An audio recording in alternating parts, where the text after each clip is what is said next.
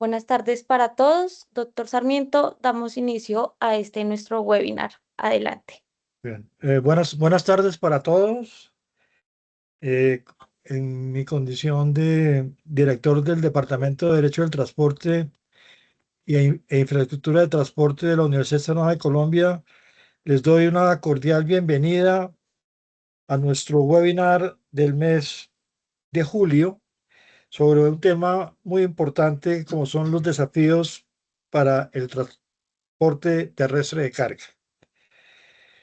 En primer lugar, agradecerles a todos los que se han inscrito y van a participar en este webinar y especial agradecimiento a nuestras distinguidas invitadas, la doctora Nidia Hernández, presidenta ejecutiva de Colfecar, el gremio más importante del transporte de carga en Colombia, y a la doctora Carmelija Valderrama, que es profesora de nuestra casa de estudios y ha ocupado importantes cargos en la administración pública, como son superintendente de transporte, viceministra de transporte, ministra de las tecnologías de la información. Muchas gracias, doctoras Hernández y Valderrama, y agradecerle también a nuestro profesor Jean-Philippe Penning, quien va a coordinar y a moderar este webinar. El tema que nos ocupa hoy es de la mayor importancia, ya que el transporte terrestre de carga representa cerca del 80% del total del transporte de carga en el país y un 45% del costo logístico total.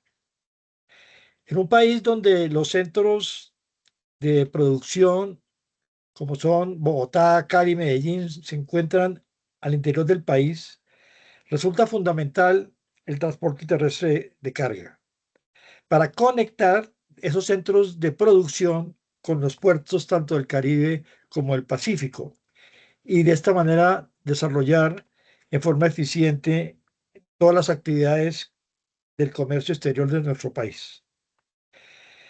Este modo de transporte que es dominante enfrenta múltiples desafíos, tanto desde el punto de vista operativo como tanto del entorno y el ambiente donde se desenvuelve la actividad transportadora. Resulta claro que los costos operativos, como es el caso del aumento del precio tanto de los combustibles como de los peajes, inciden de manera importante en el negocio del transporte de carga, pero quizás lo que más afecta a este modo de transporte son los bloqueos en las carreteras y la inseguridad en las mismas. Eh, por lo tanto, en este evento importante que desarrolla la universidad, pues vamos a discutir con nuestras distinguidas invitadas y analizar estos desafíos que enfrenta hoy el transporte terrestre de carga. También quisiera referirme a un tema que ha resultado recurrente en los últimos años, especialmente en este gobierno que termina, y es la reactivación del transporte férreo de carga, que pues constituye de alguna manera una competencia para el sector del transporte terrestre, pero que yo estoy seguro que pues esa competencia se va a resolver de la mejor manera y que ambos modos se van a complementar para que presten un adecuado servicio a todos los usuarios de la carga en Colombia. Nuevamente, mis agradecimientos a nuestras distinguidas invitadas, al profesor Penny y a todos los que van a participar, si está conectando a este webinar. Nuestro departamento de Derecho del Transporte e Infraestructura del Transporte sigue liderando en el país y así lo es ampliamente reconocido todo el estudio y el análisis del transporte. Y vamos a continuar con esos webinars que resultan muy importantes e ilustrativos para el análisis del derecho del transporte. Muchas gracias y le doy la palabra al profesor Penny.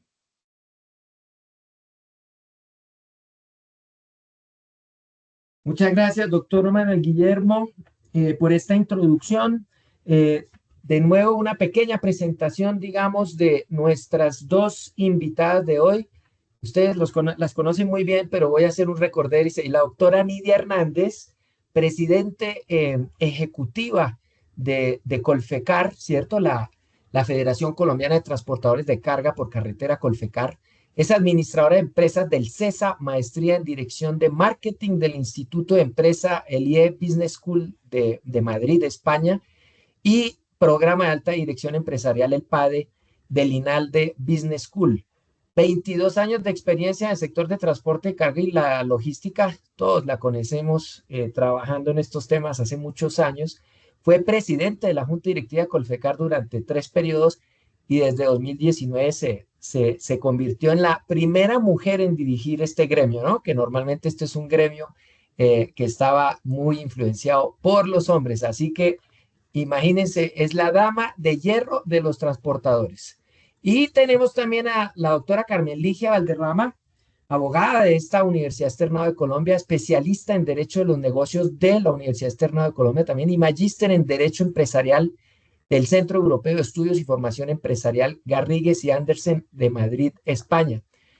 Muchos cargos públicos, obviamente, en la administración pública, pero pues ministra de las Tecnologías de la Información y las Comunicaciones, viceministra de Transporte, superintendente de Transporte y también trabajó en la Superintendencia de Industria y Comercio, donde estuvo encargada y fue delegada para la protección al consumidor.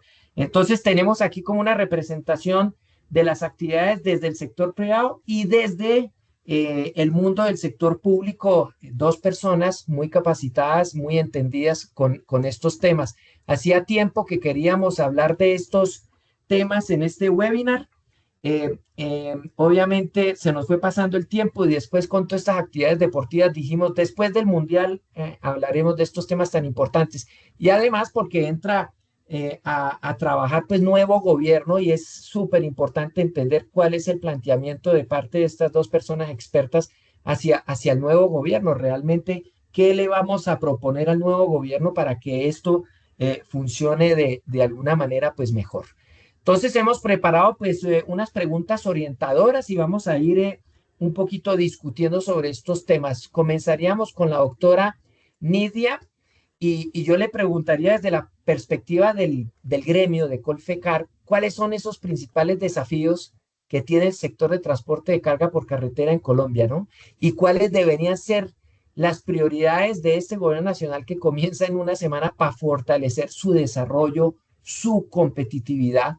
Y bueno, y ustedes, recuerdo escucharle, doctora Nidia, que han hablado sobre el incremento de costos de capital, ¿no? Pues poner a funcionar una máquina de estas tiene una gran inversión.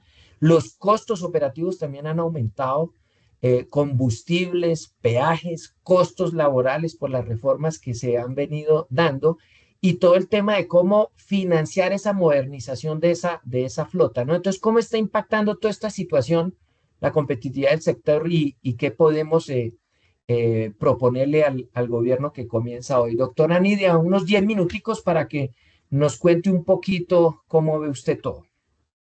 Bueno, muchas gracias, Jean-Philippe. Un saludo para ti, para toda la audiencia, al doctor Manuel Guillermo, muchísimas gracias por la invitación y a la doctora Carmen Ligia, me alegra volverla a ver, con quien también tuve la oportunidad de compartir. También cuando inicié mi presidencia fue en los 2 últimos años del presidente Duque, así que tuvimos bastante tiempo para poder interactuar. Bueno, sobre esa pregunta, Jean-Philippe, la verdad, ya yo tuve la oportunidad de reunirme con la nueva ministra de Transporte, Elsa Noguera, y tuve la oportunidad de presentarle, digamos, un diagnóstico de lo que viene ocurriendo con nuestro sector. Le compartí a ella que el año pasado, cuando hicimos la encuesta a nuestros empresarios afiliados, el principal dolor que tienen es el tema de la inseguridad. El segundo, la hiperregulación tan fuerte que hemos tenido, especialmente en el último año y medio. Y también el tema de los bloqueos, que se ha convertido en un flagelo que pues realmente cada vez se vuelve más preocupante y termina afectando la competitividad del país y la productividad también del sector. Entonces vamos yendo como punto por punto. En el punto de la hiperregulación, digamos que se entiende que este es un sector público esencial y que por lo tanto debe estar regulado. Sin embargo, después del paro camionero, para ser más específica, pues digamos sobre nuestro sector especialmente empezó una hiperregulación, digamos que nosotros la calificamos de desarticulada, nunca hubo consensos, no hubo tiempos para poder digerir los cambios, que fueron muchos al mismo tiempo y que pues obviamente generaron muchos traumatismos que hasta el momento siguen siendo, digamos, como una complejidad para unas operaciones que todos los que trabajamos en transporte y logística sabemos que de por sí la actividad no es fácil, mucho menos en Colombia, pero más encima ahora con esta hiperregulación, pues realmente lo han hecho mucho más difícil, mucho más complejo y también muy frustrante, porque digamos que lo que yo le puedo comentar a la audiencia es en el tema de la plataforma de RNS, que es la que maneja todas las operaciones desde el Ministerio de Transporte y que busca de alguna manera controlar lo que ocurre en cada uno de los movimientos operativos y administrativos de las empresas de transporte, pues realmente es una plataforma que presenta muchísimas fallas. Nosotros hemos venido llevando también el conteo de cada cuánto se cae la plataforma, porque pues cada vez son más los usuarios que hacen miles de transacciones diariamente y que obviamente han puesto a prueba la capacidad de la plataforma y que claramente con toda esta cantidad de interacciones, pues obviamente están generando graves fallas pues a la misma plataforma. Por otro lado está el CICETAC. El Estado determinó intervenir el mercado de los fletes, fijar unos mínimos obligatorios y sobre eso, pues, digamos que también fue de la noche a la mañana un cambio muy abrupto cuando veníamos de que era una libertad vigilada y que pues obviamente al volver un mínimo obligatorio, pues obviamente generó unos efectos en las relaciones económicas entre las empresas de transporte y los generadores de la carga. Por otra parte, pues tuvimos, como todos sabemos, una reforma laboral, que esa sí fue transversal para todos los sectores productivos, pero para un sector como el nuestro, que trabaja 7 por 24, los 7 días de la semana, pues sí generó un impacto muy fuerte porque eso fue combinado con un aumento, digamos, del salario mínimo, no, o sea, el de este año, pues fue muy impactante por su valor de incremento, pero cuando uno mira los últimos 4 años, si combina uno el incremento del salario mínimo con el auxilio de transporte, el incremento en los últimos 4 años acumulado fue del 79%, que realmente es muy fuerte para un sector como el nuestro. Y si a eso le sumamos otra decisión que también es tomada por parte del gobierno, que es el aumento del precio del diésel, a lo largo de estos 4 años incrementó un 24% y eso se logró porque en gran parte nosotros como gremios dimos una lucha con el Ministerio de Hacienda, que era el responsable de subir precisamente el precio del diésel y que logramos de alguna manera mantenerlo estable los primeros 2 años, pero en los últimos dos el incremento ha sido del 24%, pero que contrastado con lo que subió la gasolina, que estuvo por encima del 70%, la verdad por lo menos habla de la buena gestión que pudimos hacer desde los gremios del transporte de carga y sumado también con las asociaciones camioneras. Entonces, digamos que cuando uno mira todo este tema de altos costos operativos, se me olvidaba otra cereza del Ministerio de Hacienda, nos incrementó el anticipo del impuesto de renta en un 218%. Eso también ha afectado fuertemente la caja de las empresas y le resta capital, digamos, para atender otras necesidades de la misma operación, de la nómina, de endeudamiento previo que pudieran tener las compañías. Entonces, realmente el tema sí es bastante fuerte en el tema de la hiperregulación que hemos vivido como sector de transporte en los últimos años, porque aparte de estos altos costos operativos y de los impuestos confiscatorios, entonces también se suma, digamos, la flexibilidad que tuvo el gobierno con permitir toda esa cantidad de bloqueos. Nosotros empezamos a llevar el indicador de los bloqueos desde Colfecar y en los últimos 4 años, digamos hasta junio, que venimos llevando la cuenta, vamos en 2.722 bloqueos, que realmente si uno lo mira por año, estamos superando los 800 bloqueos anuales. Realmente Es una situación que es demasiado difícil y caótica, sobre todo para los miles y miles de conductores que quedan en la mitad de un punto de bloqueo en la vía. Y si a eso también se le suma el tema de la inseguridad, pues también es un tema que ha venido afectando demasiado el transporte. Hay departamentos que ya no podemos transitar las 24 horas precisamente por actos de terrorismo, incineración de vehículos, el asesinato de conductores, la extorsión a conductores. Realmente aquí hemos visto todo tipo de delitos o, por ejemplo, grupos armados que salen a la vía y con fusiles empiezan a desviar los vehículos de carga a zonas rurales. Entonces, cuando uno ve todo este resumen del diagnóstico que les presento, pues no han sido 4 años fáciles, realmente han sido bastante difíciles. He podido hacer la ronda por todas las regiones del país y cuando uno habla con los empresarios, realmente la situación es bastante desesperante y esperamos realmente que con este nuevo gobierno se pueda dar solución a muchos de estos temas, que realmente a la final no es algo que solamente le afecta al transporte de carga. El transporte de carga es una actividad que es totalmente transversal a todos los sectores productivos y finalmente lo que termina impactando al transportador de carga termina impactando pues obviamente a los campesinos, a los industriales, a los comerciantes, a los importadores, a los exportadores, mejor dicho, a todo el mundo y finalmente a los colombianos, porque entre más caro sea el transporte de carga, pues obviamente asimismo se va a trasladar al precio de los productos.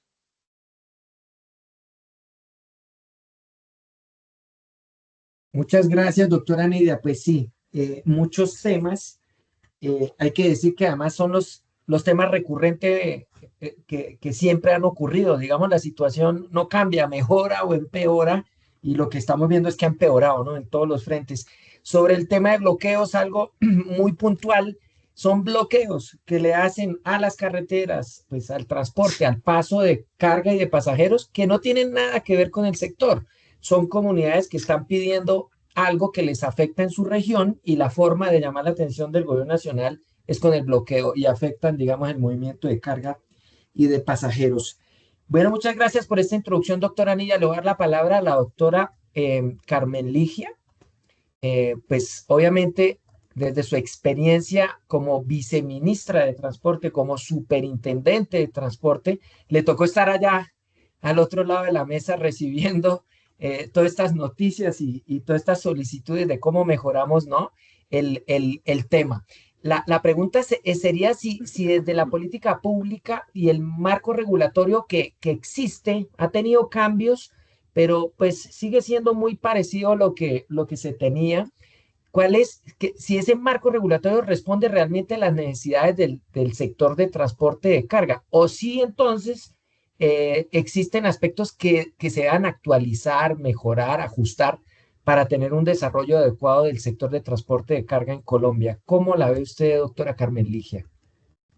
Muchas gracias, Filipe. Y bueno, yo encantada de estar en este espacio, no solamente por la invitación del doctor Manuel Guillermo, sino por compartir contigo y con Nidia, que efectivamente, como bien presentaste, es una de las grandes expertas y empresaria en el sector. De manera que, pues, creo que ha hecho una extraordinaria presentación con datos de lo que están viviendo los transportadores de carga.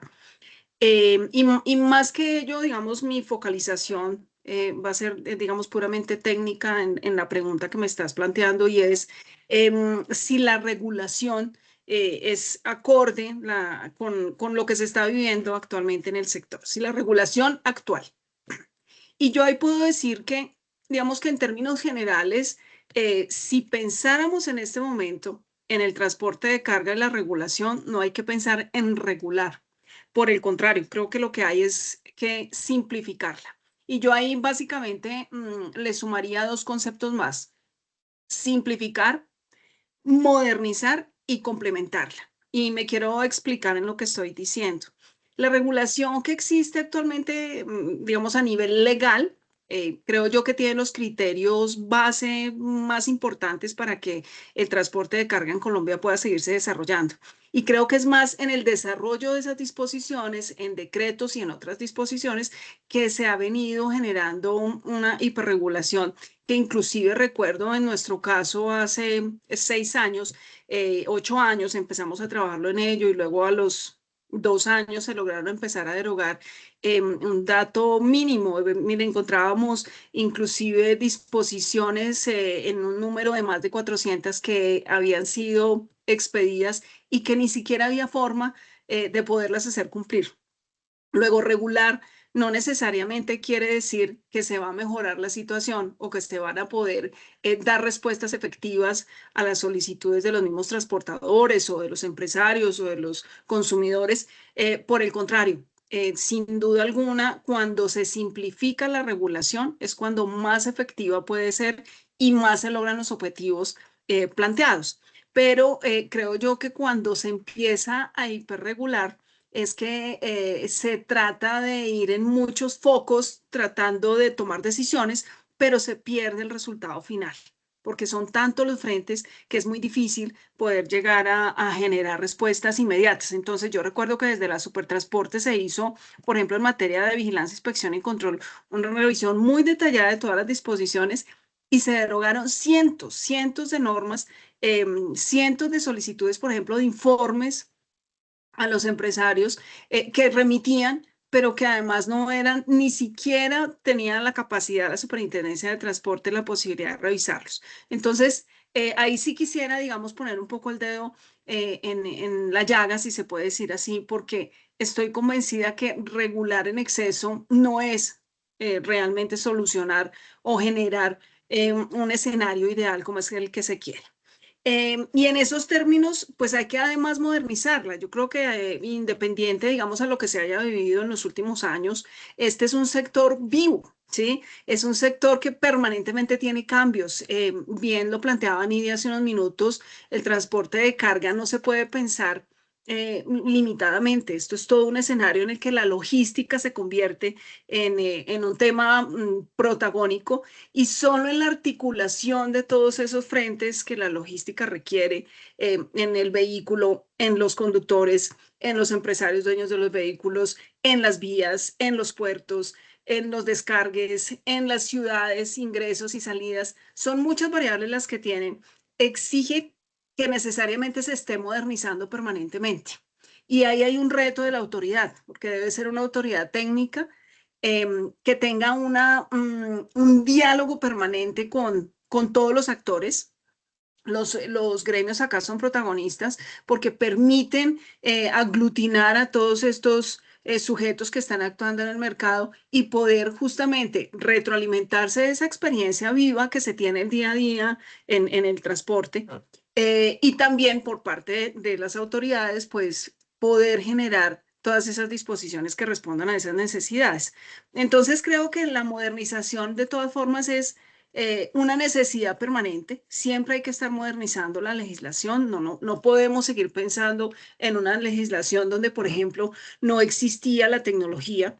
Hoy por hoy existe la tecnología y eso exige que la modernización, que no solamente tiene que ver con tecnología, también tengo que decirlo, pero que sí exige que hay que modernizarla. No nos podemos seguir proyectando todo un proceso logístico con disposiciones en las que, por ejemplo, no estaban teniéndose en cuenta las plataformas que hoy por hoy se usan para generar mayores eficiencias justamente en esos procesos logísticos en el transporte de carga. Entonces, sí se requiere una revisión, no solamente para simplificar, como lo dije, también para modernizar.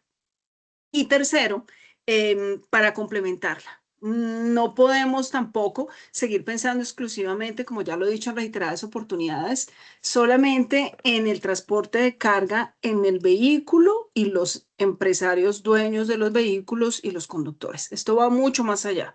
Ellos necesitan seguridad, ellos necesitan una regulación clara que les dé seguridad jurídica en los movimientos que están haciendo. Ellos necesitan una infraestructura en general que permita que sus costos, en vez de aumentar, disminuyan.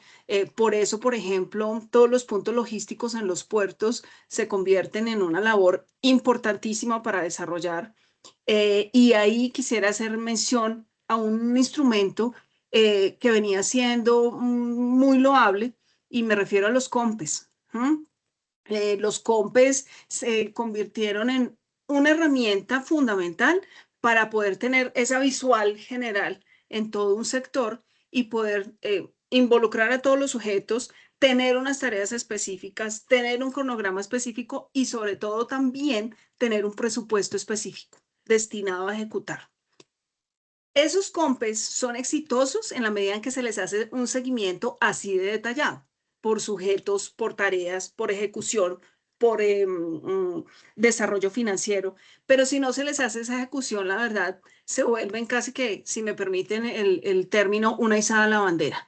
De manera que yo creo que volver a fortalecer esa herramienta es fundamental porque permite de manera de proyección para el sector, tener una política clara de logística que incluya el transporte de carga como protagonista con todas esas variables que se requieren necesariamente pues tener en cuenta en el transporte de carga. O sea, como por ejemplo obviar las regulaciones que hay en materia de infraestructura, de peajes, de comercio exterior, todo lo que tiene que ver con seguridad, como ya lo mencioné, el tema de digitalización, la planeación territorial. Ahí se necesita que las autoridades del orden nacional, cuando van a regular, tengan en cuenta las autoridades locales, los ingresos a las diferentes ciudades, horarios, vías, la productividad empresarial y el bienestar de los consumidores depende en gran medida del transporte de carga. A mí me quedó pues absolutamente clara esa lección después de la pandemia, cuando quienes justamente no se guardaron en la pandemia fueron los transportadores de carga, porque ellos son los que le daban vida al país. Con ellos era que llegaban los alimentos, los productos de aseo, inclusive medicinas y demás. De manera que si queremos pensar en los ciudadanos, si queremos pensar en todo el sector productivo, si queremos pensar en desarrollo, pues hay que tener esa visual supremamente clara. Hay un COMPES expedido este año que en materia de logística, en estructura y ejecución de proyectos logísticos en 4193 del 2026. Yo invitaría a revisarlo para que realmente veamos si está articulando todas las disposiciones que hay vigentes, porque creo que más allá de ejecutarlo, hay que hacer primero esa revisión rápida, muy rápida además, porque no serviría si sale en 2 años, 3 años, eso no serviría, no sería eficiente, sino que hay que revisar muy rápidamente qué disposiciones hay, cuál es el foco que se quiere tener en la materia, si lo que se debe implementar, que en mi concepto debería ser así, una política clara de logística y productividad en el país, y en esos términos comenzar a ejecutar, porque si no se ejecuta teniendo en cuenta ese foco claro, pues seguir regulando no tiene ningún sentido, ni hay capacidad tampoco para implementar más y más disposiciones. Muchas gracias, doctora Carmen Ligia. Entonces, retengo lo siguiente, ¿no? Más bien, en vez de hablar de seguir regulando, es para el otro lado, ¿no? De regular, simplificar, modernizar y complementar esto con lo que hay es suficiente. Es más bien ver un poco cómo volvemos de nuevo más a un sector más liberalizado y no tan, digamos, regulado, vigilado y controlado. Que hay que hacer esas tareas desde el Estado, sí hay que hacerlas, pero también hay que, perdónme lo coloquial, pero hay que dejar trabajar, ¿no? Porque es que si no, se vuelve muy difícil. Ahora me acuerdo de un ejemplo, doctora Nidia, que usted me dio en una conversación sobre el tema del tributario, ese del ICA en cada municipio del país, pero ese más adelante lo volvemos a hablar, que ese era un tema que yo decía, no puede ser, pero bueno, así es que estamos. Hablemos un poquito del tema de la cadena logística, ¿no, doctora Nidia? Uno habla de que el transporte es un eslabón de la cadena logística, pero realmente eso es como no ver el tema de manera integral. Desde su experiencia, ¿cuáles son esas principales ineficiencias que hay en esa cadena logística? Más allá pues del transporte mismo como tal, porque hay infraestructura para esas logísticas, y qué se debería hacer desde el sector público y desde el sector privado pues para corregir esas ineficiencias. Pues mira, como bien lo dices, hacemos parte de una cadena de abastecimiento. Eso es lo que siempre hablamos en el mundo de la logística. El tema es que yo le digo muchas veces en mis exposiciones, esto es como una carrera de relevos. Y si queremos como país ser mucho más eficientes y reducir los costos de logística, aquí es como el juego de la perinola, Jan. Aquí toca todos ponen, porque es que solamente se mira el transportador, pero es que el transportador es muy costoso, es que el transporte terrestre es muy ineficiente, pero no se miran todos los aspectos que rodean este caso. Y voy a dar el ejemplo, por ejemplo, con el caso de Buenaventura. Voy a hacer este relato de esta ruta que es tan crítica para nosotros porque por ese puerto se mueve el 45% del comercio de Colombia. Y aquí vemos varios factores. Por ejemplo, la infraestructura. En infraestructura demoramos 80 años para lograr el túnel de la línea, pero el túnel de la línea solamente ahorra tiempos cuando va en el trayecto Buenaventura hacia el centro del país. Todavía falta el lado contrario. Ahí todavía las tractomulas tienen que seguir subiendo a unos picos muy empinados, muy cerradas las curvas, donde van casi que a 15 kilómetros por hora para poder subir la cordillera central. Y cuando uno por fin llega a Buenaventura, se encuentra con que la doble calzada que todos esperábamos que se hiciera que va desde Buga a Buenaventura, resulta que al principio del proyecto solamente llegaba hasta un poquito antes de la entrada a la ciudad. Eso no nos servía. Era importante que la doble calzada pudiera llegar hasta y cruzar la ciudad. Pero el problema es que durante 3 años hemos esperado que esa doble calzada se haga y finalmente lo que sucede es que dos barrios, ahí les voy contando una de las historias, dos barrios han estado negociando con la concesión y durante 3 años no han llegado a un acuerdo. En conclusión, la doble calzada no se ha podido realizar. Y resulta que ya la concesión, cansada de tratar de negociar y de haber ofrecido 10.000 millones de pesos a dos barrios que se oponen a la construcción, aún no se llegó al acuerdo. La concesión habla con el Estado y le dice, mire, yo ya declaro evento eximiente de responsabilidad, le devuelvo esa parte del proyecto. ¿Y qué sucede con eso? Pues que ahorita seguiremos condenando a los miles de conductores que en total son diariamente, entran 4.700 vehículos a Buenaventura, a trancones de 25 kilómetros. Hoy, entrar o salir de Buenaventura, dependiendo del día, nos estamos demorando entre 4 y 8 horas para salir de Buenaventura. Eso es una locura lo que está pasando en Buenaventura. Entonces, pues claro, la gente dice, uy, ¿por qué los fletes de Buenaventura son tan costosos? Porque es que fíjense esta situación que estamos viviendo y estamos condenados si el Estado no llega a intervenir y le busca una solución entre la comunidad que se opone, que son dos barrios que se están oponiendo a la construcción de la doble calzada. Por otra parte, digamos, los transportadores marítimos y terrestres no trabajamos las 24 horas, mientras que otros, digamos, actores de la cadena no lo hacen, trabajan con horario de oficina, incluyendo las entidades del Estado. Por ejemplo, todo lo que son agentes de aduana, agentes de carga, trabajan con horarios de oficina y nosotros tenemos que esperar a que ellos, digamos, puedan solamente actuar de lunes a viernes. Igual pasa con los patios de contenedores. Los patios de contenedores trabajan hasta las 4 y el que más trabaja hasta las 5 de la tarde. Los sábados trabajan hasta el mediodía, los domingos no trabajan y los lunes festivos menos. Entonces todo eso va también ralentizando todas las operaciones que se van dando en Buenaventura. Por otra parte, las terminales portuarias también hacen cambios en su software y como suele suceder cuando hay un cambio en un software, pues obviamente termina impactando en las solicitudes de las citas que se tienen que hacer por parte de las empresas de transporte para poder cargar o descargar contenedores vacíos o llevárselos llenos. Entonces son una serie de situaciones que si queremos realmente que Colombia sea eficiente, muchas personas tienen que poner de su parte. Se me olvidaba un punto supremamente también importante. Cuando los conductores finalmente salen del puerto con contenedores llenos y llegan al interior del país a descargar, si llegan un viernes después de 5 o 6 de la tarde ya no le reciben. El sábado y el domingo no le reciben. Muy contados algunas excepciones. Y si es un lunes festivo, le toca esperar hasta el martes para que le reciban.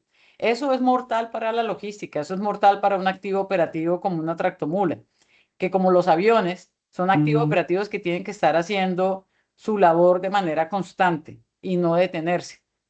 Pero pues, como les decía, aquí intervienen diferentes actores, tanto los remitentes como los destinatarios de la carga y los diferentes actores que van en la mitad, tanto de actores privados como públicos, pero nunca ha habido, yo siempre he propuesto que el ministerio no debería llamarse de transporte, el ministerio debería llamarse logística, ministerio de logística, para que pueda orquestar a todos los actores y tratar de llegar a esos convenios si queremos realmente que seamos eficientes como país.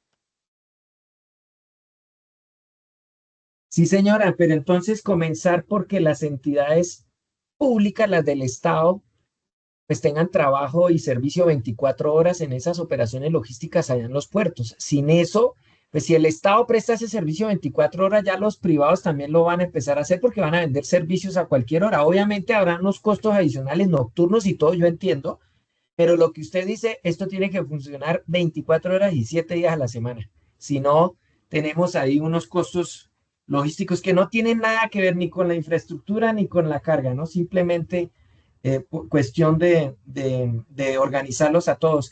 Y la inspección allá de toda la carga, también que las entidades la hagan simultáneamente, ¿no? No que aparezca un actor, después el otro y el contenedor se abre y se cierra. Ahí está frente a riesgos precisamente de contaminación con esos aperturas y cierres de carga. Muy interesante. Bueno, esperemos que la nueva ministra tenga eso en mente, aunque como usted lo dijo, no depende solo de ella porque es articular. Recuerdo yo que eran como 3 entidades del Estado que participan en que un contenedor entre o salga del país. Entonces, ponerlos de acuerdo a todos es bien complejo. Vamos a ver si algún día por lo menos lo mejoramos. Doctora Carmen Ligia, eh, estamos hablando otra vez un poco de regulación y tal, y de cargas administrativas, pero en este tema de cadena logística, ¿no?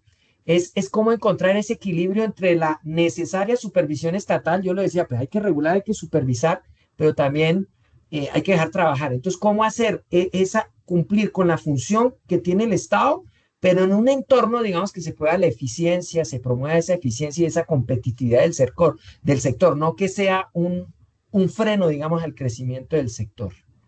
Ujú. Pues mira, Filip, yo en realidad yo entiendo la preocupación que hay y quisiera retomar tus últimas palabras con la intervención de Nidia, y es que parece realmente difícil coordinar muchas entidades. Y claramente no es fácil, no es muy fácil, pero la verdad no es imposible. Estamos hablando de un mismo gobierno. Luego, y yo lo digo pues por la experiencia que tuvimos, claro que sí se puede, ¿sí? Nada más del solo sector transporte. Estamos hablando del Ministerio de Transporte como líder del sector, y allí involucra la ANI, Invías, la misma Agencia Nacional de Seguridad Vial, que también le genera cargas a todos los transportadores, la Supertransporte, y por demás estamos hablando de otros sectores con los que debe haber una conversación permanente. ¿Sí? Nos pasaba a nosotros, por ejemplo, con el Ministerio de Comercio. Obvio que tocaba estar interactuando con ellos porque, como bien lo decía, aquí toda la regulación y toda la política, que no es solo regulación, tiene que ser complementaria. Aquí no puede haber islas, es imposible. ¿Sí? Si hay un sector en el que no puede actuarse independientemente, es en este. Aquí hay que articular todos y cada uno de esos pasos que necesariamente habrá que tenerse en cuenta para todos los efectos. Y mira, hay una cosa cierta, la supervisión es una necesidad en el caso de las actividades, por más o por menos libertad que tenga, ¿sí? Porque pues el Estado tiene que garantizar, el gobierno particularmente tiene que garantizar que se estén desarrollando de acuerdo con unos principios constitucionales y con una política pública que esté establecida. Y para ellos la supervisión es clave, ¿sí? Poderles hacer seguimiento a ese desarrollo de objetivos que se están cumpliendo. Ahora bien, la supervisión no quiere decir que entonces se tenga que necesariamente estar vigilando todos y cada uno de los pasos de todos los sujetos en la cadena. Por el contrario, lo que hay es que basar esa supervisión en un modelo que se fije en los riesgos que puede haber. Nosotros logramos, de hecho, hacer una modernización en la Superintendencia de Transporte, donde se creó en cada una de las delegaturas un área de vigilancia, que es el área que específicamente se encarga es de prevenir situaciones o riesgos que pueda haber en los diferentes sectores, entiéndase también el del transporte de carga. Y eso hace que el objetivo de la supervisión o de las entidades de supervisión no sea, a ver, yo cómo le encuentro un error, cómo entonces genero un proceso, cómo además multo y cómo después cobro esas multas, y lo que estoy es generando más cargas y más compliques para todos los sujetos en el sector, y no se logra el objetivo esperado, y es que haya eficiencia de toda esa cadena logística para beneficio de todos. Entonces, hablábamos en su momento, y creo que hay que retomarlo, la supervisión debe ser inteligente, que es un término técnico donde, insisto, la supervisión está basada en la vigilancia, en la prevención, y no en la inspección, en los procesos sancionatorios. Claro que sí tienen que seguir existiendo. Si efectivamente no se cumple, pues no hay lugar a nada distinto que a las sanciones, pero el fortalecimiento de esas actividades previas tiene que ser protagónico, y está conformada la estructura así. Por fortuna, desde el año 2018, diciembre del 2018, se logró generar, digamos, esa estructura en la entidad de supervisión, que coordinada con el Ministerio de Transporte y con todas las otras autoridades, pues lográbamos llegar a buen término. De hecho, múltiples autoridades participábamos en esa actuación. Es que, mire, son muchas. Por ejemplo, está el Ministerio de Transporte, como les digo, la Supertransporte, la misma DIAN, la Policía Nacional. Hay autoridades ambientales que también hay que tener en cuenta, y aquí unas muy valiosas y necesarias, las autoridades territoriales. No podemos olvidarnos de ello. La conversación entre el gobierno nacional y el gobierno territorial es fundamental. No pueden ir por vías distintas, porque en la medida en que el gobierno nacional tenga una política pública que se espera que sea transversal en todo el país, si se encuentra con barreras en las diferentes regiones, pues no va a poder fluir como se está esperando. Entonces, por eso es que es necesario que haya mayor consolidación de esa conversación entre el gobierno nacional y las autoridades regionales. Sé que en este momento hay 14 alianzas logísticas alrededor de todo el país. Eso es muy valioso, y deberían haber muchas más, la verdad, porque por corredores debería generarse ese trabajo conjunto entre todas esas autoridades o todos los sujetos que terminan participando activamente en ello. Y un punto aquí, para ir cerrando: yo insisto en que la digitalización se puede convertir en un mecanismo importante y protagónico de simplificación en la cadena logística. Para ello, los datos son claves, y quienes tienen los datos son los que están en el día a día trabajando en ello, porque en la medida en que se tienen datos se van a poder tomar decisiones absolutamente certeras, específicas, pues mucho más eficientes. Entonces, el Registro Nacional de Despachos de Carga por Carretera, el Sistema de Información de Costos Eficientes, estoy hablando del RNS y del CICETAC, tienen que fortalecerse en toda su manifestación máxima, ¿sí? Generar facilidades de uso, generar estabilidad operativa, y no puede ser que la plataforma se caiga. Eso no puede suceder, porque entonces ni siquiera por la actividad propia del sector deja de fluir, sino porque se cae la plataforma, se genera una inestabilidad operativa que no puede suceder, y tiene que haber interoperabilidad de todos esos sistemas empresariales, de manera que yo sí creo que tiene que haber unos objetivos muy claros y unas personas responsables con todo un equipo trabajando en la digitalización óptima del sector, que les va a permitir que la logística fluya muchísimo mejor. Y tiene que haber además un análisis de impacto regulatorio. Vuelvo, insisto, no se puede seguir regulando sin tener un objetivo claro, y donde la supervisión no tenga un objetivo específico. Retos cada vez son mayores. Hoy por hoy, por ejemplo, la transición energética y sostenibilidad también es un reto. Y con los transportadores de carga teníamos esa conversación, porque pues los vehículos estaban en en un proceso específico. En fin, no quiero entrar en ese momento en ese detalle para no dejar de responder a la pregunta, pero creo que sin duda alguna no hay que sacrificar ni la sostenibilidad ni la eficiencia del sector por hacer cumplir unas políticas públicas donde el protagonista tienen que ser los sujetos que hacen parte del sector, y no el gobierno en sí mismo. Creo que ahí esa claridad va a ayudar de manera muy importante a construir conjuntamente con los gremios transportadores, los generadores de carga, los puertos, los operadores logísticos e inclusive la academia. Yo creo que la academia aquí puede ser un gran articulador y permite, como por ejemplo en el Observatorio de Transporte de Carga por Carretera, que se genere un instrumento y que fortalezca justamente esos espacios técnicos con unas conversaciones muy directas, muy transparentes, muy sinceras, como siempre se han tenido con los transportadores de carga y poder llegar a los resultados pues, más óptimos para todos. Gracias, doctora Carmen Ligia. Usted se me adelantó con otros temitas que vamos a ver ahorita, pero sí, ese tema de la información, claro, obviamente su experiencia de ministra de las TICs, pero ese tema de la información es clave. Con buena información se toman las mejores decisiones, ¿no? De hecho, ese Registro Nacional de Despacho de Carga, si tuviéramos buenos datos y periódicamente actualizados y información de calidad, esa es la información que necesita un ministro de la infraestructura para decidir qué inversiones hacen, dónde y en qué tipo de especificaciones, ¿no? ¿Qué peso va a pasar ahí, qué tipo de mercancía, etcétera? O sea que eso Correcto, sí es Philip. clave.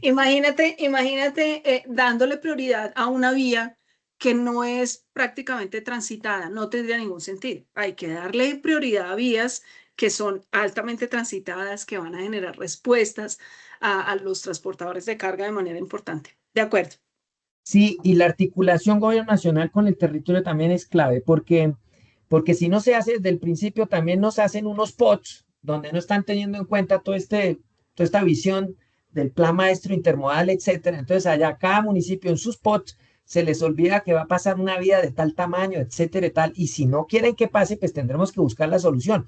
Pero entonces, articulación es clave. A veces creemos que desde Bogotá decimos qué vamos a hacer y vamos allá y nos enfrentamos a que allá el alcalde y sus concejales pensaron que por ese territorio iba a haber otro desarrollo menos una variante para transporte de carga. Entonces eso también hay que trabajar con ellos pues para que dejen pasar los proyectos. Como decía la doctora Nidia, la doble calzada no se termina por una eterna discusión allá con dos barrios, pero pues se volvió un pulso entre el poder local y la necesidad nacional.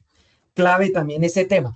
Quiero pasar a otro tema del cual pues ya hemos hablado un poquito, pero es sobre el tema de la inseguridad y los bloqueos. En este momento, entonces, metodológicamente ya es más una conversación entre ustedes dos, ¿no? Y sobre ese tema, yo hablo de inseguridad y bloqueos porque a veces está relacionado, a veces no, pero hay bloqueos también en zonas donde hay minería ilegal, ¿no? Entonces tiene que ver con inseguridad y etcétera. Entonces, frente a esas situaciones, ¿no? De la inseguridad, ¿qué acciones podría tomar pues el gobierno nacional? Y de nuevo yo me imagino de coordinación interinstitucional con los otros sectores, ¿no? Porque esos bloqueos no tienen que ver generalmente con transporte. A veces puede ser el peaje, pero la mayoría de bloqueos no tienen que ver de pronto con este tema realmente de transporte, sino con necesidades de otros actores.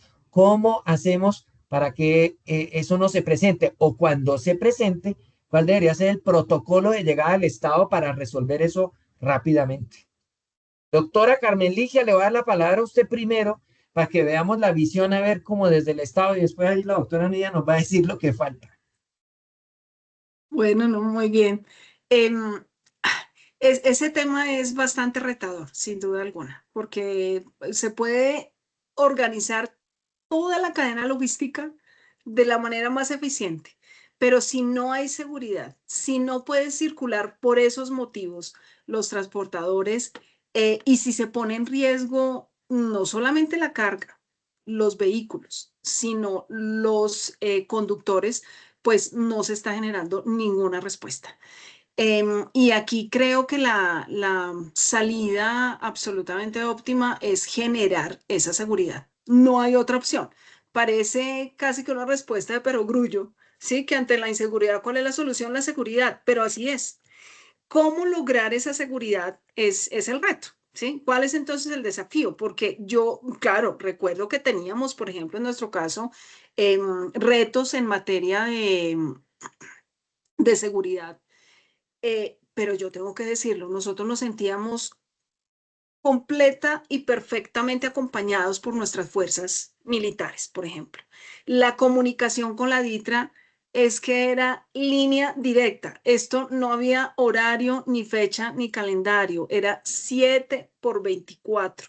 Yo no recuerdo un director de la DITRA que no estuviera presto inmediatamente a responder, pero a todos. Yo no estoy hablando solamente de las autoridades. Sé también, y perdón si hablo por los transportadores, aunque obviamente Nidia está aquí y podrá dar fe de ello, pero sé que ante cualquier situación de inseguridad, inmediatamente contestaban, inmediatamente la DITRA, que es la Dirección de Tránsito y Transporte de la Policía, coordinaba enseguida, inclusive con ejército o con quien correspondiera la necesidad de responder cualquier reto en materia de seguridad que hubiese. Y se necesita que eso vuelva así, a ser así. Que si hay una situación, porque pues digamos el país no está exento a que haya alguna situación de riesgo, de inseguridad o de bloqueos o inclusive por situaciones físicas de las diferentes vías en el país, no solamente por situaciones del orden público, pues que haya una respuesta inmediata, ¿sí? Que tanto el ministerio pueda responder como las Fuerzas Armadas puedan responder como cualquier otra autoridad que en un momento dado se necesite que pueda generar esa respuesta. Entonces, yo sé que el BID ha sido un protagonista aquí también en materia de logística, por ejemplo, y ellos tienen una inversión clave en quien organiza toda esa parte de logística, me refiero al grupo y al ministerio que se dedica a todo este tema logístico. Ahí hay que considerar el tema de seguridad también. No, no se puede dejar de lado. Nidia nos da unas cifras que la verdad son supremamente frustrantes, muy difíciles, porque además estamos hablando de productos inclusive perecederos o productos que para ciertas zonas son realmente indispensables, fundamentales. Eh, Hay situaciones extremas que seguramente si ponemos aquí sobre la mesa, pues generan escozor. A mí me tocó vivir situaciones que por orden público y por bloqueo de vías ponían en riesgo la vida de hospitales enteros con personas en la UCI porque no nos dejaban pasar el oxígeno que solamente se puede transportar por carretera, ¿sí? Yo no podía decir, no, no, entonces subamos el oxígeno por avión para que llegue a la ciudad. No, y aún explicando la situación, aún acudiendo a situaciones humanitarias, pues no había forma de conversación. Eso no puede suceder en el país, ¿no? En un país democrático donde todos los ciudadanos debemos poder vivir con la tranquilidad de que cada uno puede desarrollar su actividad y que nos respetemos entre todos, debería ser la razón principal. Y creo que ahí el gobierno es protagonista para que pueda coordinar y articular que así sea. Y sí se puede, sí se puede. Es un reto porque también hay que responder a necesidades de o algunas comunidades que tengan inquietudes. No, no se está, digamos, borrando esa situación de facto en absoluto, pero si se generan respuestas en paralelo a esas necesidades, pues por lo menos no se multiplica el problema y arrastra con sectores como el del transporte de carga. Doctora Nidia. Bueno, vamos a partirlo entonces en dos temas. Uno los bloqueos y otro el tema de la inseguridad. En el tema de los bloqueos, como yo les decía, en las estadísticas que nosotros hemos venido registrando desde enero del 2023 hasta junio de este año, hemos contabilizado más de 2.722 bloqueos. Eso más o menos cuentas más, cuentas menos, estamos hablando de 800 bloqueos anuales. Y cuando uno analiza cuál es el top 5 de los departamentos en estos años con mayor número de bloqueos, es Bolívar, Atlántico, Guajira, Córdoba y Valle del Cauca. Esos son los 5 departamentos top. El factor común ahí son los departamentos de la costa atlántica, si se fijan ustedes. ¿Y por qué protestan en esos departamentos? Por servicios públicos, o porque falta la luz, o porque falta el agua, o porque las tarifas de energía son muy altas. Básicamente son esos tres y hay otro tema que también cae en estos causales de bloqueos, que es el tema de los profesores en La Guajira. Allá no solamente falta el agua, sino también el tema de los profesores. Entonces, digamos que bloquear una vía nacional, esto es importante recordarlo, bloquear una vía nacional es un delito y está tipificado en el Código Penal. Y la gente siempre me pregunta, porque como esto se ha vuelto paisaje y como que la gente lo termina normalizando, me decían, entonces, ¿cómo era antes? Y le pues, como era antes, pues que como esto es un delito, pues el gobierno tenía que tomar acciones de fuerza y despejar la vía a toda costa porque el bien general debe primar sobre el individual. Pero desafortunadamente en los últimos 4 años se tomó una política permisiva con el tema de los bloqueos, y es que lo más triste es que, digamos, bloqueaban la vía y decían, no, hay que primar el diálogo con las comunidades porque es que sus reclamos son ancestrales, ¿sí? Y resulta que cuando venían los funcionarios del gobierno, venían 48 o 72 horas después de que se había bloqueado la vía. Y cuando llegaban estos funcionarios con muy poca capacidad de decisión, se comprometían con las comunidades en unos temas, en unas fechas, y que cuando pasaba el tiempo y se llegaban estas fechas, como no les cumplían, la comunidad volvía a salir a bloquear la vía. Y así se volvía generando este círculo perverso de los bloqueos uno tras otro en todos los departamentos. Allí realmente, ¿quién éramos los que pagábamos los platos rotos? Pues los transportadores de carga y de pasajeros. Los de carga no solamente por lo que mencionaba Carmen Ligia, de materias primas que no llegan a una industria, de que no somos capaces de llegar con el gas, que toca transportarlo terrestre a los departamentos del sur, sino que recuerden también que en estas vías se mueven animales vivos, pollitos, cerdos, ganado, que pues obviamente quedaban ahí todo este tiempo de horas y hasta días sin agua, sin alimento. Realmente era un tema muy crítico, además de muchos, digamos, cultivos y productos del campo que duran meses en ser cultivados y se pudrían, pues obviamente ahí se podrían pues en la mitad de las vías. Entonces, pues la situación es realmente muy difícil porque finalmente nos perjudicaban a nosotros y por ahí derecho a todos los sectores productivos, sino que también a esas comunidades que los llenaban de promesas, de acuerdos, de compromisos que nunca les cumplieron, porque lo hemos visto una y otra vez, las comunidades terminaban volviendo a bloquear una y otra vez.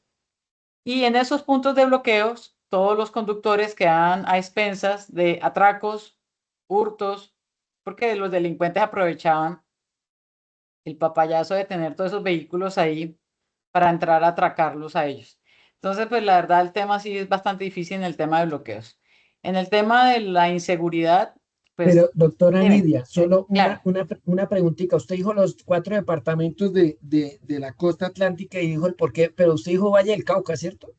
sí, Valle del Cauca, ¿Y digamos que también hay unas eso es Buenaventura? comunidades, sí, claro, hay Ah, ok. comunidades también, digamos, de indígenas, de comunidades afro que también salen a protestar por diferentes, ahí sí hay diferentes solicitudes. Por ejemplo, actualmente, en este momento se habían generado bloqueos en la vía por comunidades que le reclamaban unas deudas a la Defensoría del Pueblo, por ejemplo.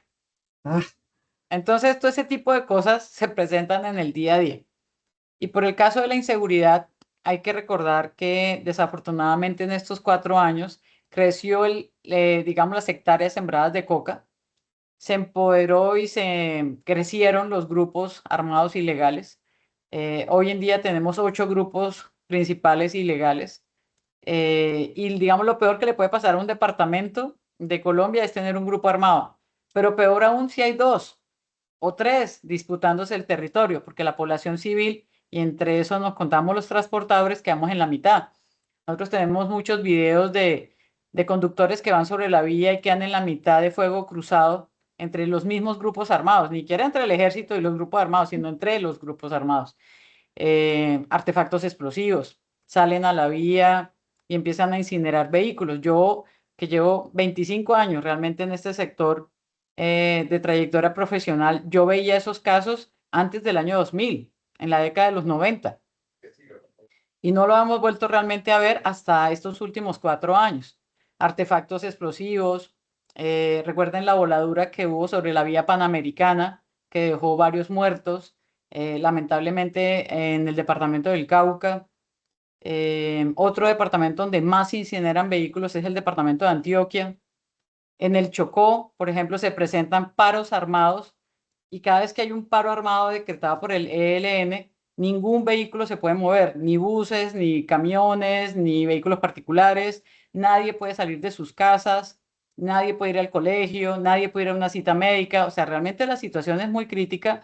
Chocó es un departamento bastante extenso en kilómetros y solamente tiene solo 2 vías de acceso, y las 2 vías de acceso están controladas por el ELN. Entonces, en este momento estamos en un punto donde ese grupo amenaza algún generador de carga, y si el generador de carga no le paga el impuesto de guerra que ellos llaman, lo declaran objetivo militar. Y también por ahí derecho terminan declarando objetivo militar a cualquier transportador que le cargue a ese tipo de generador, a ese generador en específico.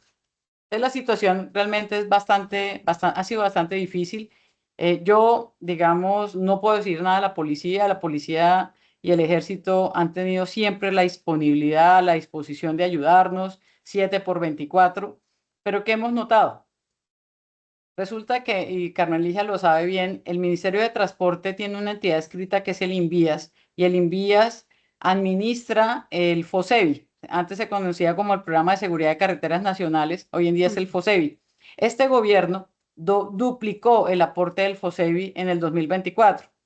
Ese aporte lo hacemos todas las personas que pasamos un peaje, sea un vehículo particular, hasta una tractomula o un bus. Todos los que pagamos un peaje aportamos una partecita de ese peaje a ese fondo de seguridad vial.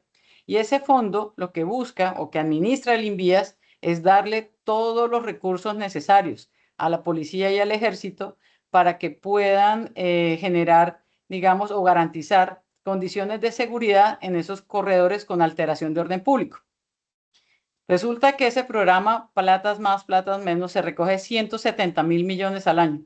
Solamente le estaban destinando a la policía y al ejército, antes de que llegara Pedro Sánchez, el actual ministro de Defensa, 30.000 millones al año.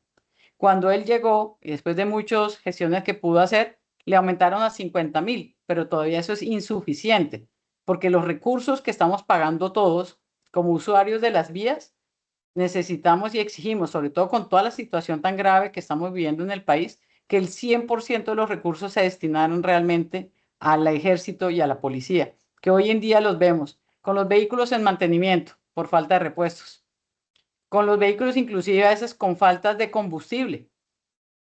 Los hemos visto sin vehículos blindados, los hemos visto sin el equipamiento necesario para poder enfrentar a unos grupos armados que cada año se fortalecieron más, tienen mayor capacidad, mejores armas, hasta drones, tienen inclusive mejor capacitación en temas de drones, y hoy en día batallones que han sido atacados, no ha habido forma de que les puedan instalar sistemas antidrones.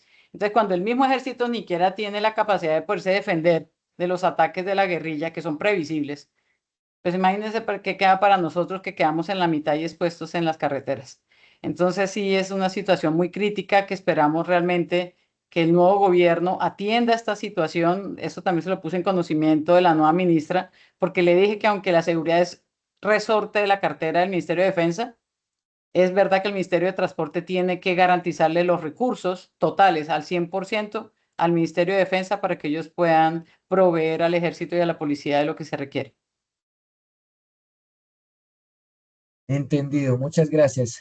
Problema difícil, pero lo que uno podría decir, ese problema ya existía, pero con el gobierno que está terminando, digamos, empeoró la situación, ¿no? Y entonces es ver cómo volvemos por lo menos a estadísticas un poco del pasado y cómo resolver los problemas desde las otras carteras a estas comunidades o esos compromisos que se tuvieron, pues para disminuir ese número de bloqueos que hay hoy en carretera. Doctora Nidia, yo quisiera hablar de un tema que ustedes dos han hablado, han mencionado, el Registro Nacional de Despachos de Carga, el RNDC, y el SICETAC, ¿no? El Sistema de Información de Costos Eficientes para el Transporte, sí, para el transporte automotor de carga. Esos dos sistemas son la fuente de información primordial ahora, además para la toma de decisiones, para las inversiones en infraestructura en el sector, entre otras cosas.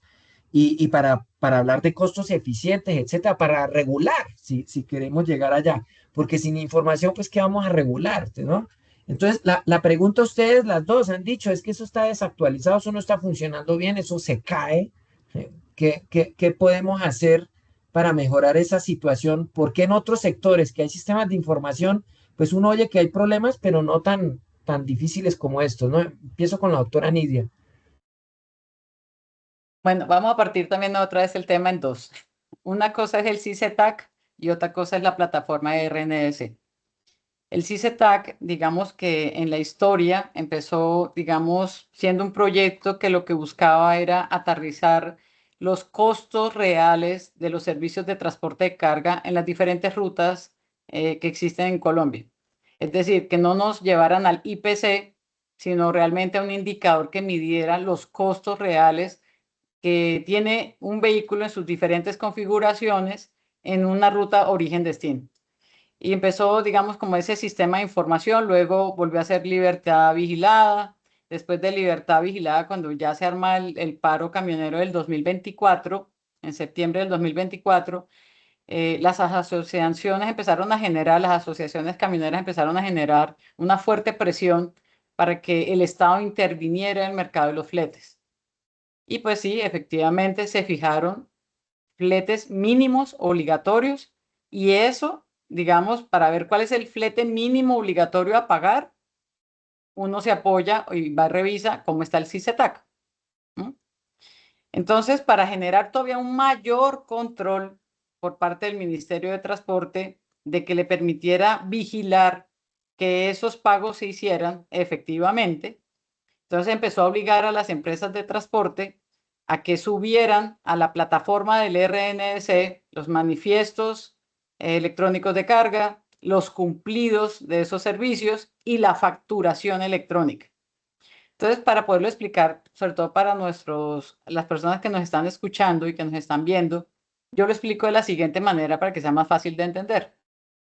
Imagínense que ustedes entran a una sucursal de un banco. ¿Cómo es la sucursal de un banco? Usted entra y ve un mostrador donde están los diferentes funcionarios del banco atendiendo y están las filas de los clientes del banco. Así funciona una empresa de transporte. Cuando usted entra a una empresa de transporte, a la zona operativa, está un gran mostrador donde están los auxiliares de operaciones de la empresa de transporte y están las filas de conductores. Entonces, volviendo al ejemplo del banco, imagínense que aquí también hay una intervención por parte del Estado y le dicen a los bancos que todas sus operaciones las tienen que subir a una plataforma del Ministerio de Hacienda, porque el Ministerio de Hacienda quiere controlar hasta el extremo todo lo que hace un banco. Y entonces imagínense que en esa hiperregulación le dicen al señor del banco, no, es que la plataforma se cayó. Entonces imagínense el de la sucursal del banco diciéndole a la fila de clientes que qué pena, pero es que como la plataforma del Ministerio de Hacienda se cayó, pues yo ya no puedo seguir atendiéndolos. Y me toca remitirme al Ministerio de Hacienda y me dicen, claro, vea el tutorial, si le salió un error, vea un tutorial mientras usted tiene toda esta gente en fila esperándolo y mirándolo hasta que usted se vea un tutorial. Así está funcionando hoy en día, con un agravante. La plataforma se cae todos los santos días. Nosotros, así como estamos contando los bloqueos en las vías, estamos también contando los bloqueos de esta plataforma de RNS. ¿Por qué? Porque le hemos llamado que son bloqueos técnicos. Porque cada vez que se cae la plataforma, las empresas de transporte quedan completamente bloqueadas.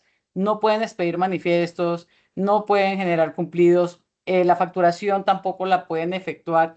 Entonces terminan afectando de manera grave a las empresas de transporte porque ni las dejan operar ni tampoco las dejan facturar.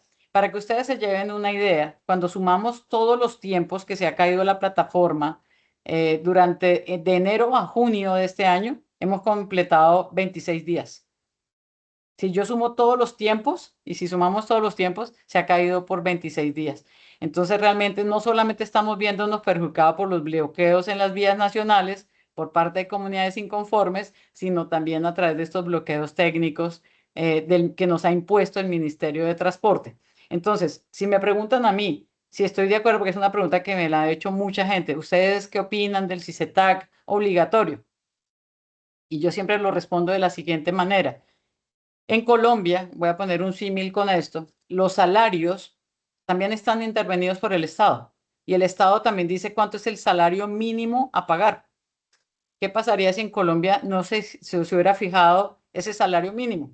Siendo sinceros, hay mucha gente que se aprovecharía de la necesidad de los demás para pagar inclusive por debajo del salario. De ese salario mínimo que cuando uno lo revisa, y a pesar de que incrementó lo que incrementó, pero si vemos la realidad de una familia viviendo de un salario mínimo, pues realmente es insuficiente. Entonces ahora imagínense si no existiera el fijo mínimo obligatorio, pues la gente pagaría muy por debajo de eso. Lo mismo pasa con los fletes.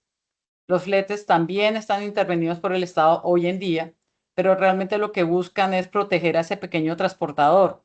De 390.000 vehículos de carga, el 80% está en manos de pequeños propietarios. Y si nosotros también no entramos a protegerlos, pues como decía alguien que le aprendí esa frase, pues será pan para hoy y hambre para mañana, porque realmente no tendríamos una fuerza camionera que pueda, como dice Carmen Ligia, inclusive en los peores momentos, cuando ni siquiera existían las vacunas, poder abastecer todo un país como Colombia. Y eso que yo soy muy pro libertad de mercado, lo soy, pero también soy, digamos, realista de un panorama y una realidad de un sector donde realmente pequeños propietarios también están sufriendo de abusos. ¿Y por qué pasa eso? Porque en Colombia hay más de 4.200 empresas de transporte, pero el 50% son informales. No reportan al RNS, no le pagan ni siquiera la tasa de contribución a la superintendencia. Y lamentablemente, en estos años, por más que nosotros como empresas formales le hemos pedido a la superintendencia que tome acciones sobre esos informales que abusan también de esos pequeños propietarios, porque a ellos nunca les pasa nada, porque la super, lamentablemente, a los únicos que persigue son a los legales, a los únicos que sanciona son a los legales, pues realmente, pues ahí existe realmente esa situación. ¿Qué sí le propuse a la ministra? Pues que nosotros no nos oponíamos al CICETAC obligatorio, pienso que eso sería un error, eso sería como decir, bueno, como el 23% del incremento del salario mínimo estuvo mal calculado porque no obedeció ni a los temas de productividad, ni a la realidad del sector empresarial, eso no lo podemos hacer. Eso sería pegarle un tiro en un pie, pues lo mismo. Aquí no podemos cambiar el tema del CICETAC obligatorio. Sin embargo, sí hay cosas de ajustar. Porque, ¿qué sucede? Aquí hablando de la cadena de abastecimiento, están los generadores de carga, las empresas de transporte y los pequeños camioneros. Y el problema es que todo recae, la hiperregulación, en las empresas de transporte. Las obligaciones son para las empresas de transporte, las sanciones son para las empresas de transporte, pero los pequeños propietarios también tienen deberes que cumplir y no fueron incluidos. Los generadores tienen deberes que cumplir y tampoco fueron incluidos. Entonces, para que esto funcione como una cadena, y si de verdad queremos proteger al pequeño transportador, así como queremos proteger a la ciudadanía que entra a trabajar un trabajo formal y que se le cumpla lo mínimo obligatorio, pues para que esto funcione tenemos que estar todos con la misma regulación, no con hiperregulación, pero sí con la regulación mínima y con las condiciones de seguridad jurídica mínimas, porque nos han bombardeado con tantos cambios en el último año y medio, que como les decía, no hubo consensos, no hubo mesas de trabajo, nos lo impusieron a las patadas, voy a hablarlo así coloquialmente, no nos dieron ni siquiera tiempos de transición, sino lanzaban una nueva regulación y bueno, esto a partir de mañana y el que no lo cumpla, sanción. Entonces, pues realmente fue muy atropellado, demasiadas obligaciones que terminaron complejizando todas las operaciones con una plataforma que no funciona.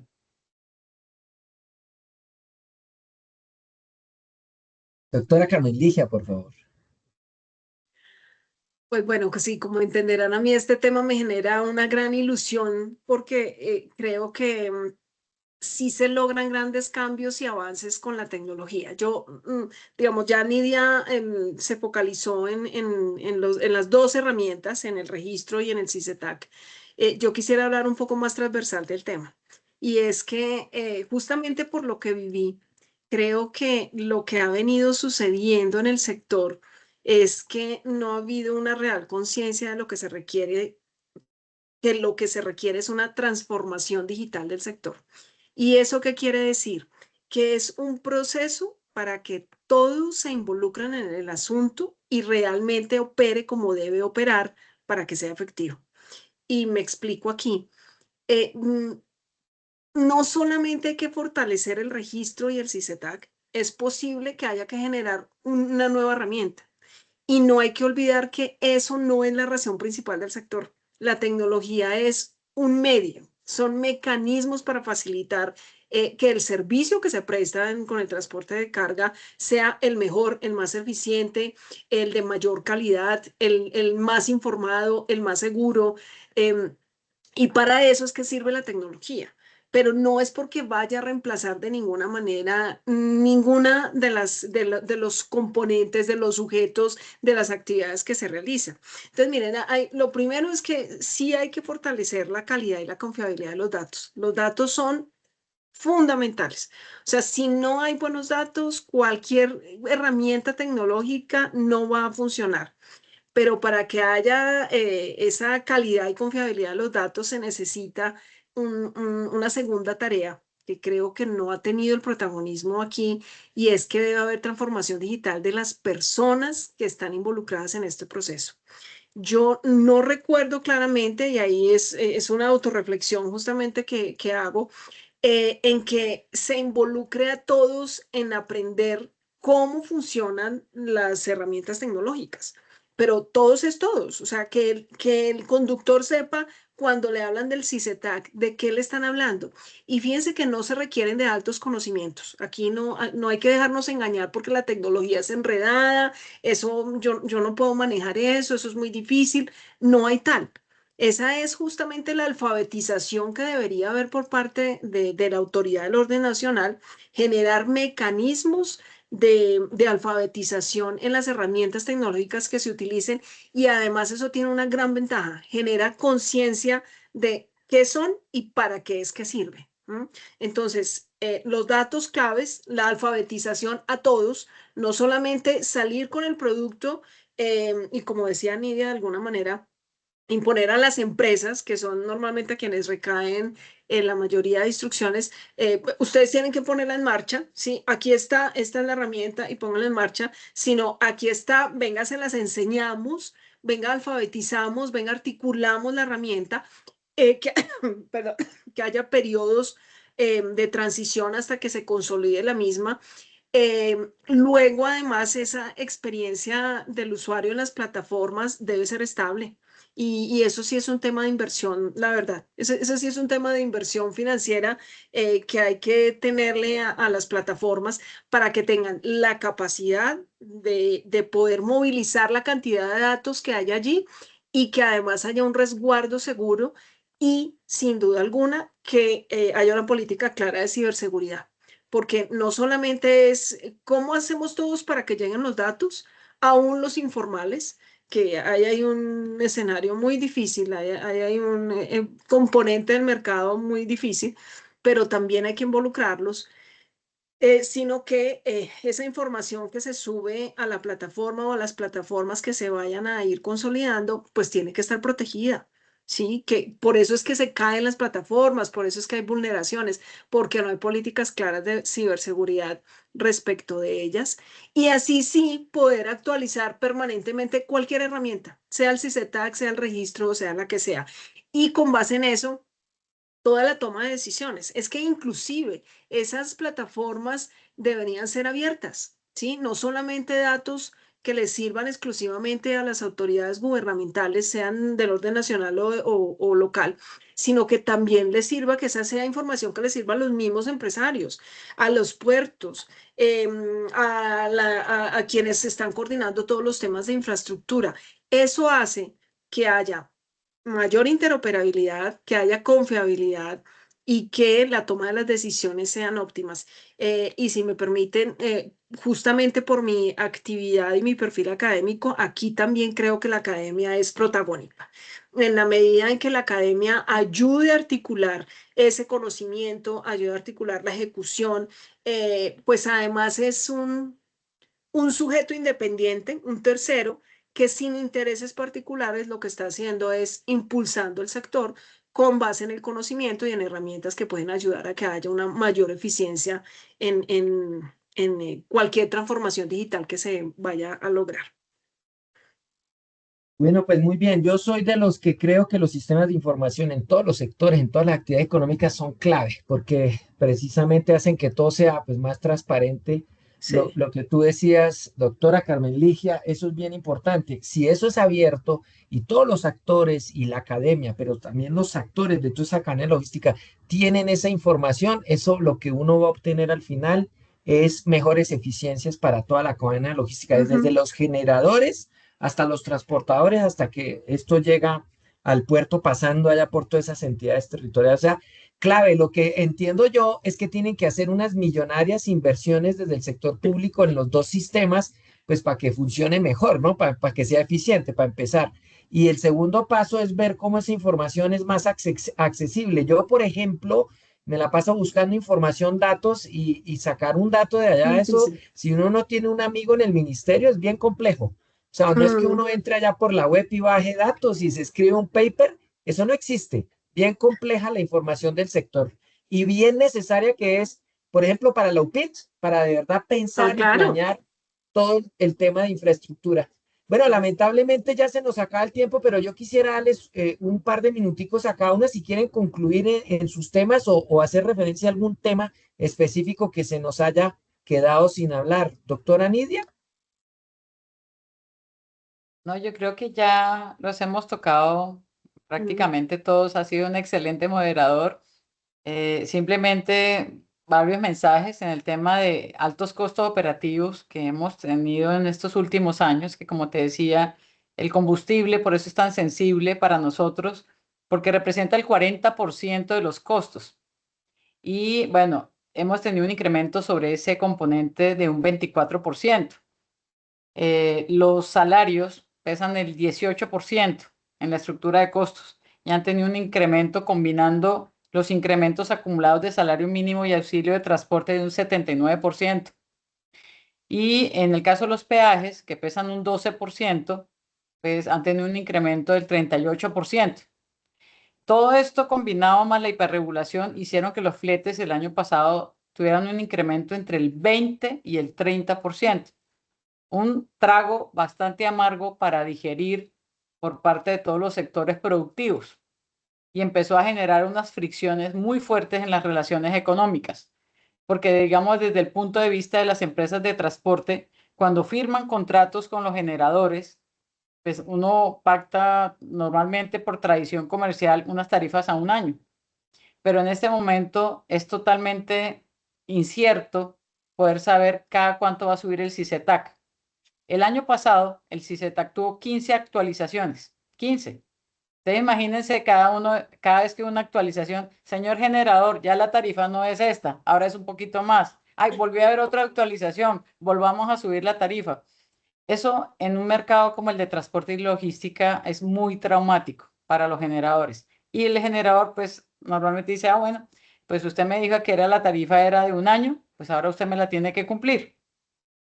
Eso termina afectando en un sándwich, como digo yo, a las empresas de transporte, porque mientras la empresa de transporte sí está obligada por ley a pagar, digamos, esos fletes mínimos obligatorios, los generadores se lavan las manos y dicen, para ellos es la oferta y la demanda.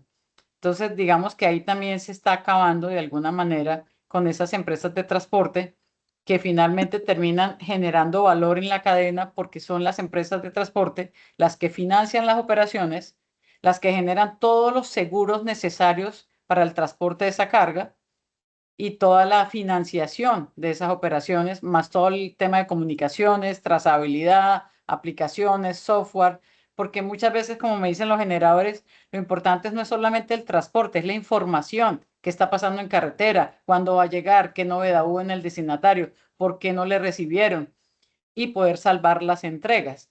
Entonces, pues realmente la labor de las empresas de transporte en este momento, yo sí lo he dicho, está en una situación muy crítica, precisamente porque le recargaron la mano en las obligaciones y las sanciones a las empresas de transporte. Pienso que como si somos de verdad una cadena de abastecimiento, cada vez que haya una regulación, tiene que sentarnos a todos en la mesa. Y para todos debe haber deberes, para todos también derechos, pero en igualdad y en equidad para todos, no solamente para un actor de la cadena, sino para todos, para que realmente esto funcione. Y si no, pues vamos a estar condenados a que desgraciadamente echa la ley, echa la trampa, como también viene sucediendo, porque hay empresas de transporte que dicen yo quiero cumplir la ley, como debe ser, lo que dice el ministerio, pero nos faltan los vivos, aupados también por generadores de carga que dicen, bueno, ¿qué hay que hacer para que no cumplamos el CICETAC? ¿Qué nos inventamos para no cumplir eso? Entonces, realmente ahí siento yo que si no hay realmente una legislación por parte del Estado donde nos meta a todos en cintura, pues va a ser muy difícil. Por otra parte, solamente quiero retomar un punto sobre el tema de la parte territorial. Desafortunadamente, hemos visto que algunos alcaldes han generado temas de restricciones a los vehículos de carga y realmente eso también es un dolor de cabeza. Aquí existe un Ministerio de Transporte, pero también si ellos van a regular alguna vía que es vía nacional, pero que pasó cerquita al municipio, también terminan tomando determinaciones sobre esas vías y terminan generando esos cuellos de botella también para nosotros. Entonces creo que ese punto también sería bueno, como que bueno, debe haber un cambio en eso.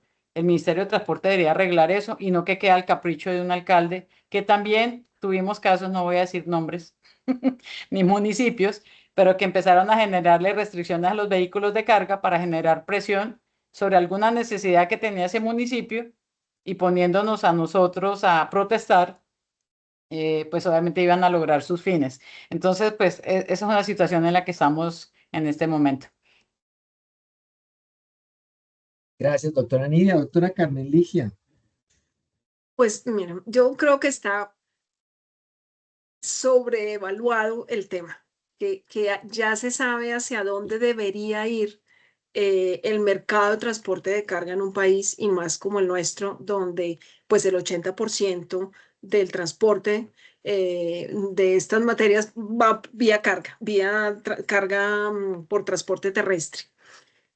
Eh, lo ha dicho el Consejo Privado de Competitividad en su Informe Nacional de Competitividad. Tienen un capítulo especial de infraestructura de transporte y logística. Lo ha dicho el Banco Mundial también, que tiene un índice además de logística muy claro. Lo ha dicho la OCDE en sus estudios de política regulatoria. La CEPAL, Colfecar en sí mismo ha hecho estudios muy rigurosos en la materia. La Universidad de Externado, que además tiene un departamento especializado en transporte de infraestructura. Y creo que eso ya nos permite es que como país focalicemos hacia dónde nos vamos.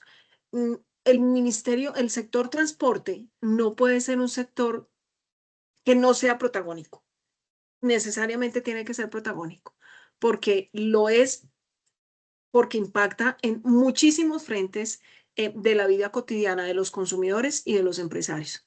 Entonces, ahí, para resumir, ¿qué creería yo? Que lo que tiene que haber es una política muy clara de logística que sea confiable, digital y además sostenible. Y sostenible en los tres frentes. Me refiero a sostenibilidad del medio ambiente, sostenibilidad financiera y a la sostenibilidad operativa. De manera que yo creería que teniendo el objetivo claro, todo lo que se haga alrededor debe ser en torno a esto, ¿sí? La digitalización, pues hay que enfocar, si el Banco Mundial sigue apoyando al país en logística como lo ha venido haciendo en este momento, hay que puntualizar esa inversión, por ejemplo, en toda la parte de digitalización y el fortalecimiento tecnológico que debe incluir también la transformación digital en las personas. Sí, la alfabetización aquí es clave. Ese no tiene que ser solamente un costo de los empresarios. El gobierno debería apoyarles en esa alfabetización de las herramientas, obviamente, a utilizar en el sector. Y eso que no hemos mencionado, la inteligencia artificial, que seguro va a ser, ya es en otros países un instrumento muy valioso y que permite agilidad, mayor agilidad en la logística. Entonces, la confiabilidad incluye todo el tema de seguridad en todos los niveles, no solamente de orden público, de seguridad inclusive documental, en fin, toda la que ya hemos venido mencionando. Entonces, toda esta confiabilidad, la digitalización, la tecnificación del sector, pues es clave para que pueda seguir avanzando. Tenemos el potencial y lo han venido haciendo y lo siguen haciendo aún en contra de todos los desafíos, de manera que creo que el escenario está dado para que pueda seguir desarrollando su actividad, fortaleciéndose y fortaleciendo a todos, absolutamente a todos en la cadena sin distinción. Bueno, muy bien, muchas gracias. Tuvimos un webinar de lujo con dos expertas en esta materia. Yo soy de los fans de, obviamente, de los temas de infraestructura, pero les digo a los fans de la infraestructura que si no entienden el mundo del transporte, pues no saben cómo tomar decisiones de inversión en infraestructura. Y por eso hacemos algunas veces, yo sí tengo ejemplos, y tampoco los voy a decir porque no es el momento, pero tengo ejemplos de 4G en la que le metimos unos recursos bastante altos a unas carreteras y por ahí no pasa una tractomula. Entonces uno dice, con estas necesidades, con tan pocos recursos que tenemos, con todos estos temas fiscales, entender este tema del transporte de carga y sus necesidades hace que los que trabajan en infraestructura puedan planear mejor las inversiones en el sector. No tengo sino agradecimientos con ustedes dos, doctor Manuel Guillermo. Oh, pues nuevamente mil gracias, pues hemos tenido realmente un análisis muy profundo de la situación del transporte de carga. Creo que la experiencia que tiene tanto la doctora Nidia como la doctora Cameligia pues es fundamental y esperemos que en los próximos años podamos volver a hacer otro webinar en donde eh, estas expertos nos digan que se ha solucionado el problema. El tema, por ejemplo, entiendo perfectamente el tema que le preocupa mucho a la doctora Cameligia, el tema digital, que es muy importante y el tema que le preocupa a la doctora Nidia, que es el tema de los bloqueos, no solamente los bloqueos físicos, sino los bloqueos tecnológicos, como ella lo mencionó. Entonces, nuevamente, muchas gracias, doctora Nidia, muchas gracias, doctora Cameligia, doctor Jean-Philippe. Creo que ha sido un excelente webinar y les deseo a todos muy buenas noches. Muchas gracias a quienes nos acompañaron hoy. Estaremos en 2 meses con otro tema interesante y esperamos que nos acompañen todos. Muchas gracias a todos. Buena noche. A ustedes, muchas A gracias, feliz ustedes noche. mil gracias. Hasta luego.